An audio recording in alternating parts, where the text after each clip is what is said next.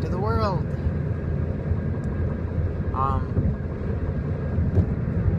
It's been a long couple of days. It's been a rough couple of days. The fact of it is that I haven't felt this god-awful in so long, it's not even funny. I mean, flashbacks of high school and people in high school are kind of tormenting me. I can name a few names, but I mean, it's not really worth it.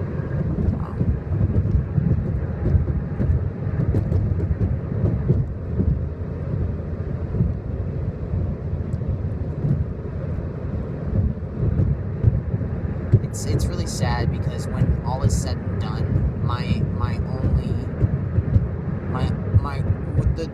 the thing that truly is going to bug me about life and the issues that I've been having is I've gotten another person, messed up and in trouble and in a place they don't want to be because of me. And once again, constantly, all the time, this is what happens, It just...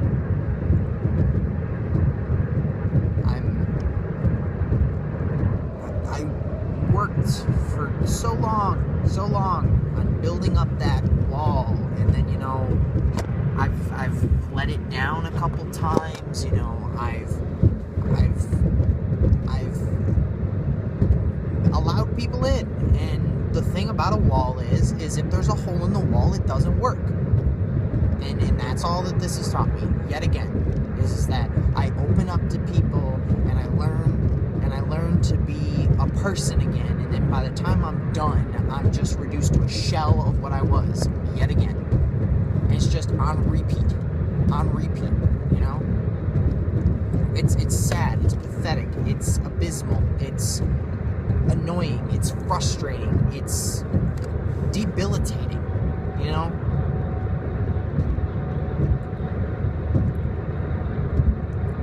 There was a short time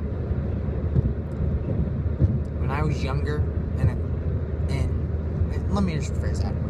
There has always been a short moment in time where I've had the energy and the endurance and the attitude and the positive thinking to combat my bipolar or depression or whatever I have. I think I just have chronic depression. I think I just have violent moods. Well, that'd be bipolar. Yeah, I just have bipolar. So that means when I get sad, I get extremely sad and upset. And when I'm happy, I'm extremely happy. And that's awesome. But it's like it's hard to beat and to fight because medicine doesn't seem to work for me. Therapy doesn't seem to do anything either. This is what I do in therapy, and this is what I'm doing right now. Is talking to you, and you know what? It does help. I'm not saying it doesn't do anything. I'm saying it helps, but it doesn't help in situations like this. When I feel like I've affected somebody else's life in an extremely negative manner, And not only that, but at the end of the day, I don't have anybody to talk to about it, which seems to be the biggest problem, is because I don't trust people with this information. I mean, granted, I'm spitting it out, and then I'm probably going to put this up on YouTube, and people are probably going to end up looking at it and watching it, and those people will be like, oh, we think we understand what you're talking about. It's like, you know why I put that up there? I put that up there so sometime in the far distant future, when I finally find a person who I can really trust with this information, this person will watch this and instinctively know what to do. They'll just know how to fix the problem. They'll know, I see you, James, and I see where you've come from, and I see what you've been through, and I see you, I'm just waiting on the world to change.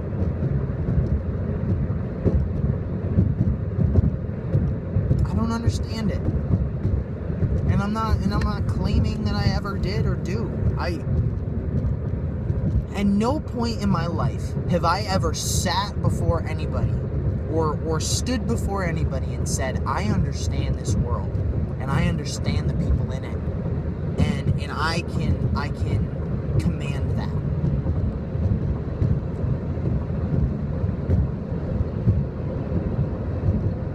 You know? There have been times when I've said, I'm pretty sure I know what you're thinking. Or I think I know how you feel. But I have never stood before anybody on this planet and said that I'm a know-it-all, you know?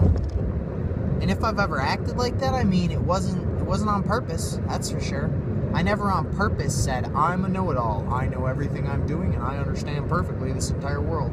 Because I don't. I don't understand people. I don't understand their behavior. I don't understand their motivations. And I don't understand people. I don't. They don't make sense. And the ones that do make sense, you know, always seem to be the ones with the labels, you know? The ones that make sense are depressed. The ones that make sense are bipolar. The ones that make sense are schizophrenic, you know? I mean, I've had conversations with people and I go, I don't understand you. I don't understand what drives you. I don't understand you as a person. And I don't understand why you do the things you do. I don't understand what pushes you to be who you are.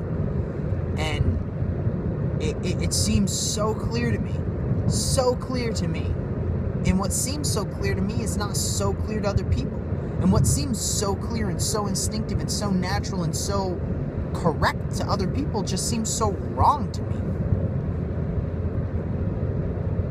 I will never understand why people go out and get drunk all the time. I don't understand what you gain from that. You don't gain happiness. You don't gain joy. You don't gain anything other than a hangover and a messed up body. I mean, to be honest, I'm not really doing a great job of taking care of myself. I haven't eaten in days. I mean, I had ramen the other day. I've stocked my house on ramen because when I get really, like, actually starving hungry, like when my stomach really tells me you need to eat or you're going to pass out, I eat a bowl of ramen. And that's the first thing I'll eat for a long time. And then, you know, lo and behold, turn around the corner, eat a bowl of ramen. I've been sleeping 16, 17 hours a day, you know. I went to bed at like 10 o'clock last night, maybe 10, 11 o'clock last night. I slept till like 9 o'clock this morning, and then I took a nap from like 11 to like 1, and then my grandmother woke me up, and then I got up and I got dressed, and now I'm going to work. Wow, amazing. Way to be, way to have a life, way to be enjoying living, you know? There's always something wrong with me or with people, and I can't win anything. And I'm not saying that I'm not saying poor me. I'm saying, I guess I am saying poor me, but that's not what I'm trying to say. I'm trying to say that I am struggling with the thought that I am never functionally at home anywhere I am. That's a little better way to put it. I want to go somewhere and feel belonging, you know, because everywhere I go, I feel out of place. And I don't know. I'm just so tired, so upset. And I hate being in moods like this because then it just starts and it gets worse and worse and worse.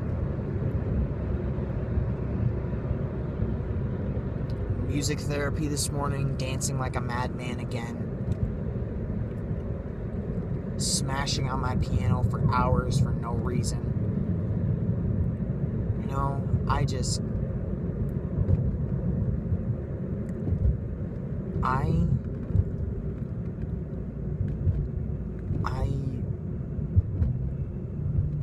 don't keep many secrets from the world, but those secrets I do keep are usually because people judge, and that's all they do, you know?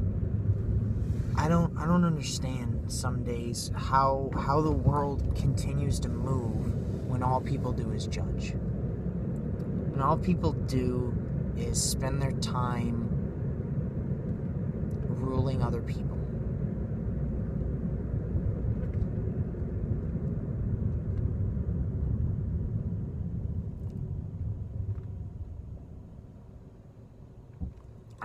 Maybe I won't ever understand. Maybe it won't ever click. And maybe I'm never going to have that moment where I say to myself, this is it. This is why you're here. But in this continual and perpetual state of you're a detriment to the world, it's pretty clear why I'm not here. I'm not here to be around people. I'm not here to talk to people. And now I'm just here to scare my family again. Because this stuff scares them. And the truth behind it is that this is always there. Anytime I'm upset, this is what I feel like. It's just something now has happened to cause me to be perpetually or constantly in this state. Instead of just, oh, he's upset because you screamed at him. When you scream at me, this is how I feel. When you tell me that I've done something wrong, this is how I feel. This is what it does to me as a person. And to have people and even people I don't know, like I mean and people just are so constantly worried about how other people see them, and it's because other people will do whatever it takes to get their way because they believe they are right. Sometimes you're just wrong. Sometimes you're just wrong. Sometimes you're just out of your element, and sometimes you just have to get to the point where you admit that I don't know what I'm talking about. And I'm not just saying me, because I know when that happens. I know when that point comes. I know instinctively that this is the point where there's nothing I can do. There's nothing I can say. There's no point into explaining or arguing this with this person. But at the same time, it doesn't seem like anybody else in the world wants to take the time to even understand my side. Because you're too young, too inexperienced. Well, if I'm too young and too inexperienced, I would hate to see what would happen when later on in the future, I'm the person in charge. Because I swear, if I ever do that to somebody, I want somebody in the world to look at me and say, don't, stop. I just want them to tell me that is what you went through. Don't do it to somebody else. And that's the last thing I want. Is for anybody else to go through the shiz and the crud and the junk that I've gone through in my life. And I see it all the time. And that's the part that just drives me up the wall. I see it all the bloody time. Every time I turn a corner, I see somebody else struggling with that thought of, why am I alive? You know, there's nothing for me on this planet. Let's go die. At least that way I don't have to deal with it.